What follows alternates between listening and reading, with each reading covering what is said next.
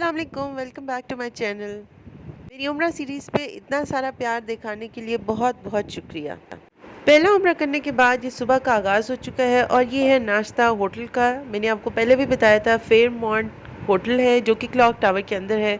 तो उसमें ये नाश्ता सुबह सवेरे हम नाश्ता करने के बाद रेस्ट किया।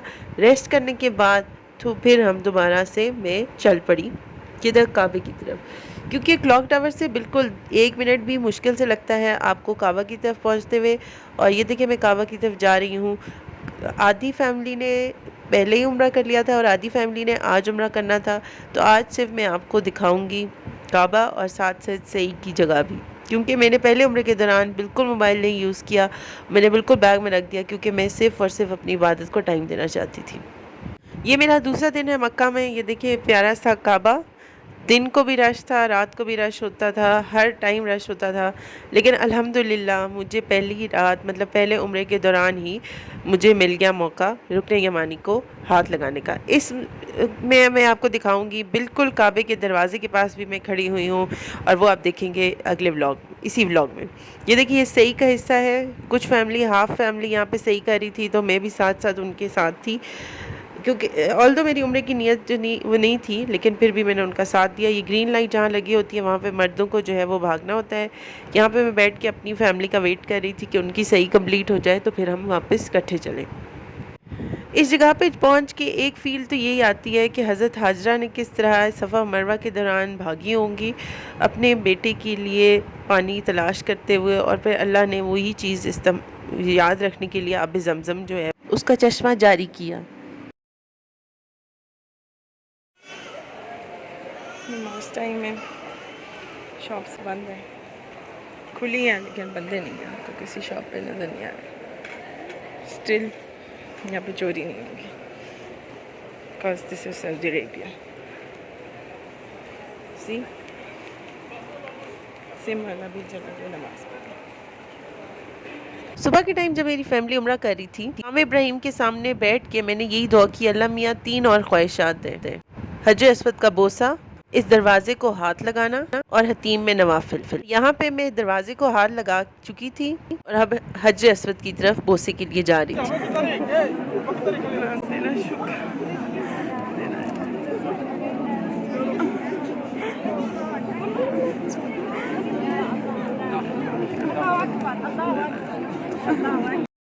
मैंने दरवाज़े को हाथ लगा लिया। उसके बाद मैं हजर अस्वद को बोसे के लिए बिल्कुल करीब थी। उसकी साइड वाली गोल्डन जो साइड होती है उसको भी हाथ लगा चुकी थी, पर यकीन करें इतनी ज़ोर का धक्का पड़ा कि मैं मकाम इब्राहिम से भी पीछे आ गई। ये वो टाइम था जब मैंने अल्लाह से कहा, अल्लाह मियाँ इतना करीब ला के मुझे इतना दूर क्यों किया। मैं लग के हतीम में नवाफिल अदा किया और यही दुआ की, अल्लाह मियाँ हजर अस्वद का बोसा दिला दे।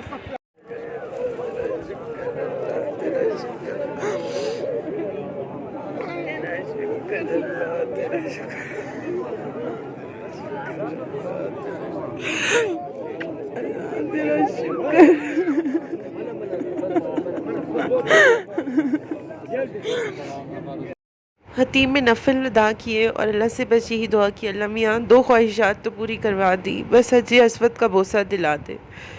फिर दोबारा से 2-3 तवाफ़ किए और फिर हज अस्वद की दोबारा से कोशिश की, और अब यकीन करें मेरे से आगे एक बंदा हज अस्वद का बोसा दे रहा था। मुझे नहीं मालूम था कि वो किस ज़बान का बोलने वाला है। मैं उसको कहूँ, भाई मुझे सिर्फ 1 मिनट दे दे, ज़्यादा टाइम नहीं लूँगी। अब यकीन करें उसने बोसा दे के वो हटाए और मैंने हज अस्वद का बोसा, जैसे ही मैंने वो बोसा दिया, यकीन करें ये वो फीलिंग है जो मैं बयान नहीं कर सकती।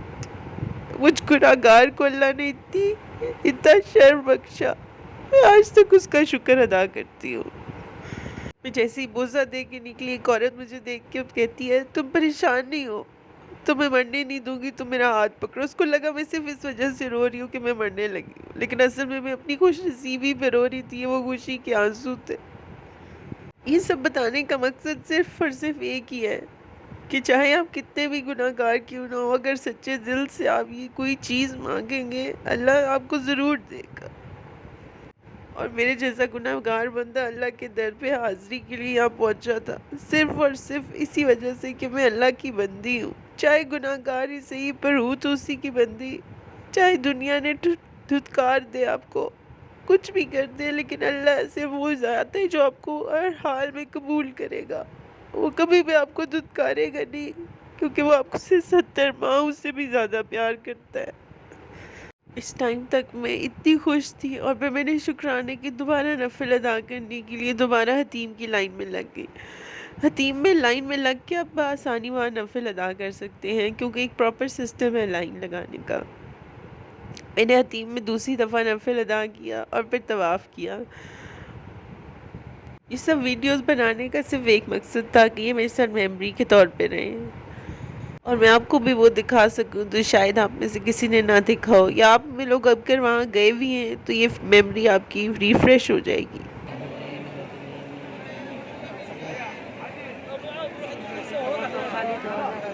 यहाँ पे वो सुकून था जो मैंने ज़िंदगी में कभी महसूस नहीं किया। जिस सुकून को मैं अपनी सारी ज़िंदगी तरसी हूँ, वो सुकून मुझे यहाँ मिला।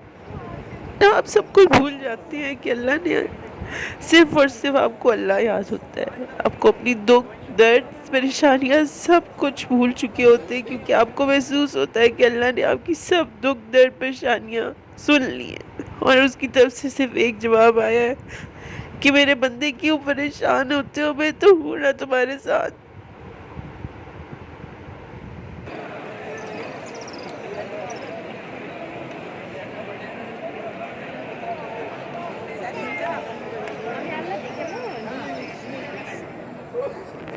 यकीन माने, आपकी दुख में, आपकी तकलीफ़ों में हर कोई आपको छोड़ के चला जाता है, पर एक ज़ात जो आपके साथ खड़ी होती है वो सिर्फ और सिर्फ अल्लाह की होती है। इसीलिए यहाँ जाके बहुत सुकून मिलता है, आपको अपना दिल हल्का महसूस होता है। मैंने यहाँ काबा के सामने बैठ के अल्लाह से फिर और बातें की। अब यकीन करो, मुझे ऐसे महसूस हो रहा था कि मेरे पास वक्त बहुत कम है और बहुत कुछ है अल्लाह को बताने वाला। बेशक वो हमारे हर चीज़ के बारे में इल्म रखता है, लेकिन फिर भी जो चीज़ उसको बताने में सुकून है ना, वो मैं नहीं बता सकती। पता नहीं बयान भी कर सकती हूँ सही कि नहीं। उसके बाद मैं आबे ज़मज़म पीने गई। ये देखिए, ये मैं आबे ज़मज़म पीने जा रही हूँ। थोड़े से पीछे करके उन्होंने कूलर रखे होते हैं जहाँ पे आपको ठंडा और नॉर्मल टेम्परेचर का आबे ज़मज़म मिल जाते हैं। कूलर्स देख रहे हैं आपके सामने, के साथ साथ गिलास पड़े होते हैं, डिस्पोजेबल गिलास, जिसको आप उठा के इसमें से पानी पिएंगे और फिर वो डिस्पोजेबल गिलास आपने लेफ़्ट साइड पे एक रैक बना होता है उसमें डाल देने होते हैं। यहाँ पे इस आबे ज़मज़म को पी के, और वो भी काबे के सामने, बेस्ट फीलिंग।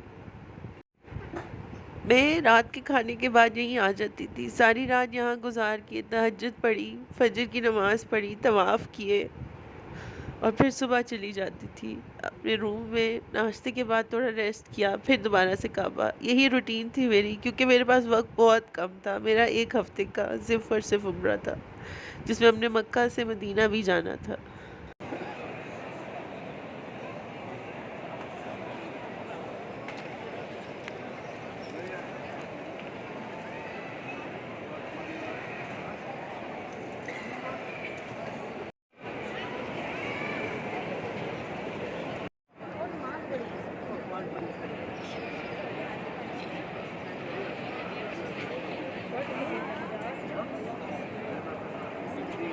यहाँ पे आप देख सकते हैं सफ़ बंदी हो रही है, औरतों को पीछे बिठा देते हैं और मर्दों को आगे तवाफ़ वाली जगह पे आहिस्ता आहिस्ता करके वो तवाफ़ रोक देते हैं और नमाज की टाइम बिल्कुल तवाफ़ रुक जाता है।